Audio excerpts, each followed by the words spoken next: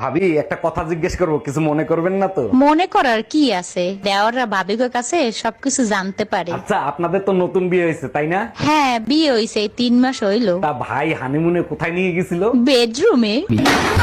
ভালো আছেন ভাবি? অনেক বছর পর দেখা। আপনার একটা ছেলে ছিল না? আরে ভাই, আমার 3 ছেলে 2 মেয়ে। কিন্তু ভাই মারা গেছে 10 বছর আগে, তখন তো একটা ছেলেই ছিল, বাকিগুলো আসলো কোত্থেকে? দেখেন, আপনার ভাই মারা গেছে, আমি মারা যাই নাই।